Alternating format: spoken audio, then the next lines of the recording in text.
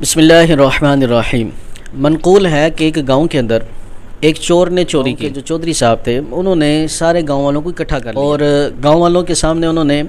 یہ اعلان کیا کہ جو چور تھا یہ بڑا ایک سطحی علم رکھتا تھا، یہ جاہل مطلق تھا۔ دیگر اس کے بارے میں ایسے ایسے الفاظ بولے جو گاؤں والوں کے لیے بالخصوص چور کے لیے ایک نئے الفاظ سننے میں محسوس ہوا کہ یہ الفاظ تو معروف نہیں ہے کسی کے لیے، اور تلفظ کے لحاظ سے بھی بڑے خوبصورت اسے محسوس ہوئے۔ چور مجمع میں سے کھڑا ہوا اور کھڑا ہو کر وہ بیان کرنا شروع کر دیا کہ حضرت صاحب یہ جس چور کی بات کر رہے ہیں نا، یہ میں ہی ہوں، یہ ساری خوبیاں میرے اندر ہی پائی جاتی ہیں، اور صرف یہی نہیں بلکہ میرے اندر تو یہ بھی غلاظت ہے، یہ بھی نجاست ہے، یہ بھی خباثت ہے، یہ بھی ہے، یہ بھی ہے، یہ بھی ہے۔ اب وہ چور نے یہ ساری بیان کرنا شروع کر دی۔ تو اسی طرح حالیہ ہمارے معاشرے کے اندر بھی ایک واقعہ اسی طرح رونما ہوا۔ مفتی دعوت اسلامی، شیخ الحدیث و تفسیر،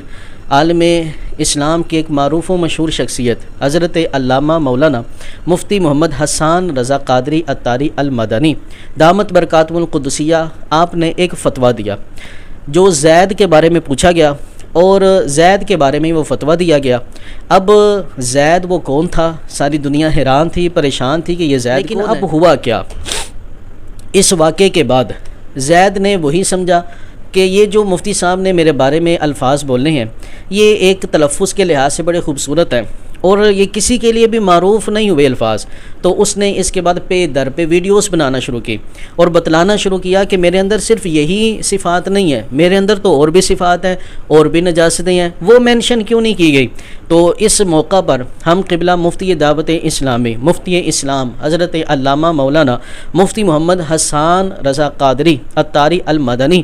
آپ کی بارگاہ میں بطور احتجاج یہ عرض کرتے ہیں کہ آپ ایک اور فتویٰ صادر کریں جس میں زید کی تمام خباثتوں کا ذکر کیا جائے، کیونکہ اب زید پہ در پہ ویڈیو بنا کر وہ یہ ثابت کر رہا ہے کہ فتوے کے اندر تو میرے بارے میں صرف یہ کہا گیا کہ میں سطحی علم رکھتا ہوں، میرے بارے میں صرف یہی کیوں کہا گیا کہ میں ہوائی باتیں کرتا ہوں، میرے بارے میں صرف یہی کیوں کہا گیا کہ علم حدیث سے نا آشنا ہوں، کتب احادیث کے مطالعہ سے محروم ہوں، فہم دین سے فارغ ہوں، اور علم حدیث اور علم عقائد سے جاہل ہوں۔ اب زید پہ در پہ ویڈیو بنا کر کہہ رہا ہے کہ مفتی صاحب میرے اندر صرف یہی خباثتیں نہیں ہیں بلکہ میں تو علم فقہ سے بھی نا آشنا ہوں، میں تو جناب علم منطق سے بھی نا آشنا ہوں، میں تو جناب اصول حدیث سے بھی نا آشنا ہوں، میں تو علم بلاغت سے بھی نا آشنا ہوں، اور اخلاق حسنہ سے تو دور دور کا میرا کوئی تعلق نہیں ہے۔ اصحاب رسول کا مجرم میں ہوں، اصحاب رسول کے بارے میں زبان درازیاں میں کرتا ہوں،